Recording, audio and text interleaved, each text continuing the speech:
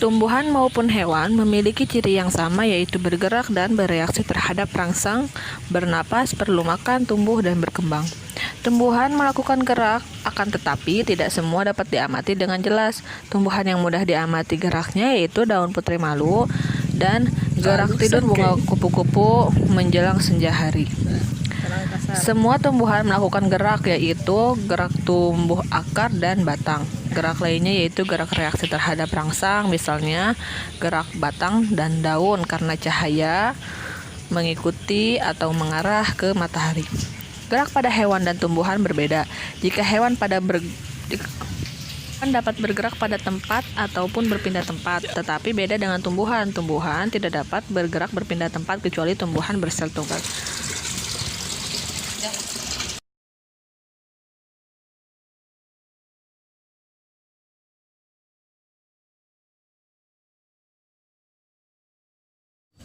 Sentuhan halus, bagian daun menutup.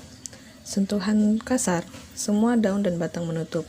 Sentuhan sedang, sebagian daun menutup dengan agak lambat. Selanjutnya yaitu niktinasi.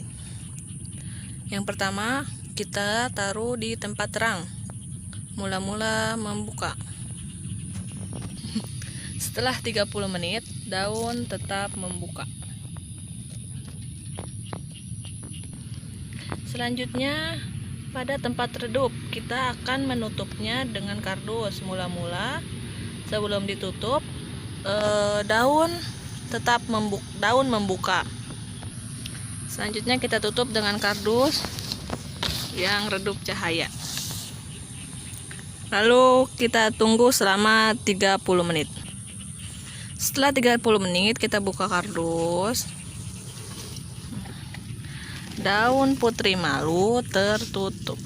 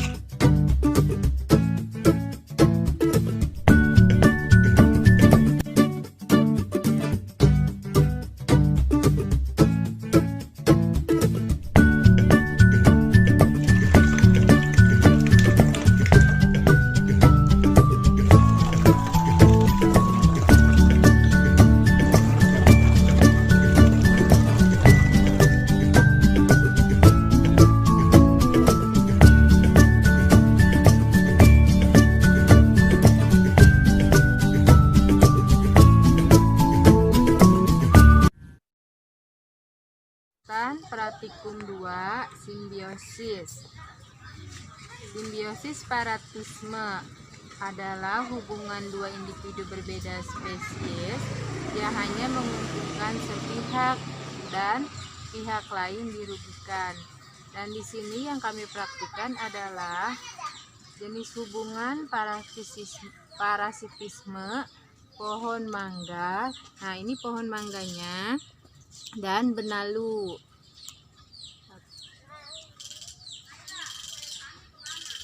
Nah, pihak yang diuntungkan adalah benalu karena menyerap makanan dari pohon mangga.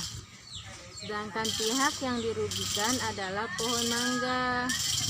Jenis kerugiannya, makanan pohon mangga berkurang, sehingga pertumbuhan pohon mangga terhambat dan bisa menyebabkan kematian pada pohon mangga.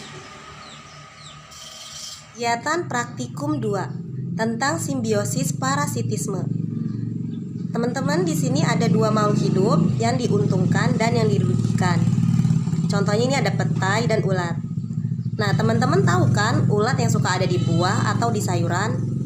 Ulat yang ada di petai ini sangat merugikan bagi para petani dan petai itu sendiri.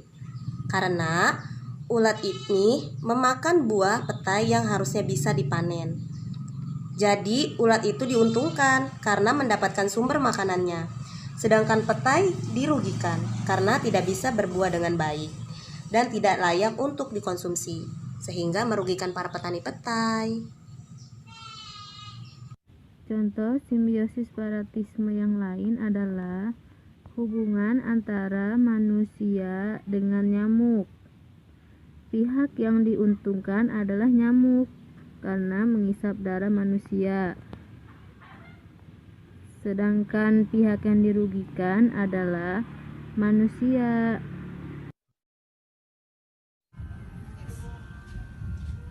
Praktikum yang akan kita jelaskan yaitu simbiosis komensalisme.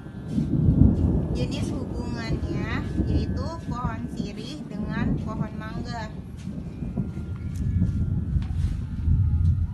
Simbiosis komensalisme melibatkan 2 individu di mana yang satu diuntungkan sedangkan yang lainnya tidak diuntungkan dan tidak dirugikan. Pihak yang diuntungkan jenis makhluk hidupnya yaitu sirih, karena pohon sirih hanya menumpang tempat tinggal di pohon mangga.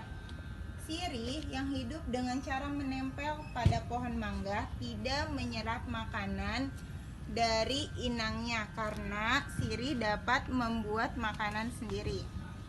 Jenis makhluk hidup yang tidak untung dan tidak rugi yaitu pohon mangga.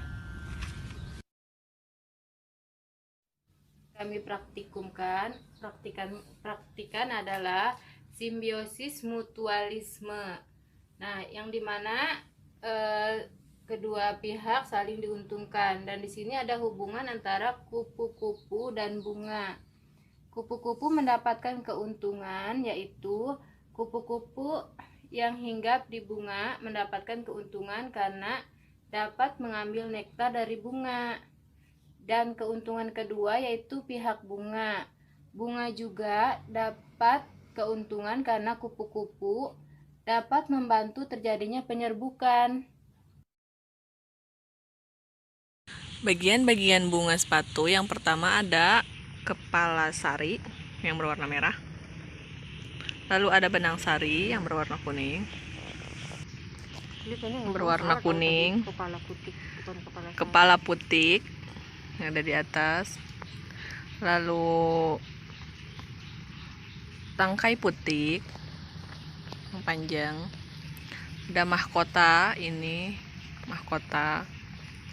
Lalu bakal biji ada di dalam. Tangkai bunga, dasar bunga, dan kelopak bunga.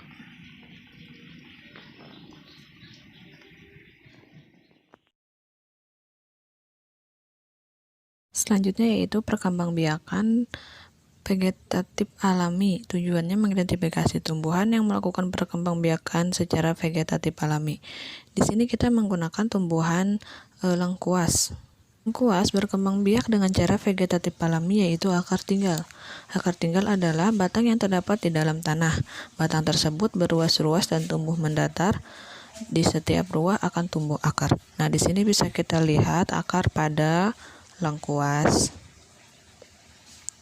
Oke, ini akar pada lengkuas. Selain lengkuas, ada bangkuang yang berkembang biak dengan umbi akar. Ada juga pohon pisang yang berkembang biak dengan tunas, dan juga ada bawang yang berkembang biak dengan umbi lapis. Semua tanaman-tanaman tadi berkembang biak secara vegetatif alami.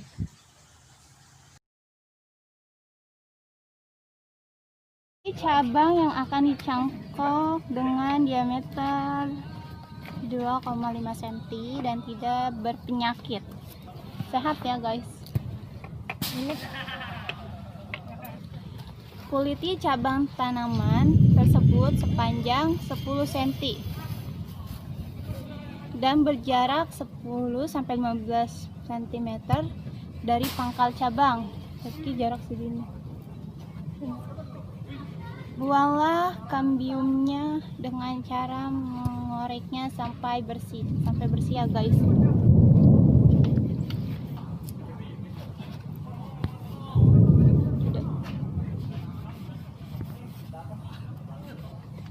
Setelah dilumuri dengan tanah dan dicampurkan dengan kompos, semuanya tidak ada yang tersisa. Ditutup dengan plastik atau sabut kelapa juga bisa. Diikat dengan rapi, ditutup dengan rapi. Bisa diikat dengan tali plastik, bisa juga dengan lakban. Karena kita adanya lakban, jadi kita pakai lakban teman-teman. Dan diikat-ikat dengan lakban sampai rapat.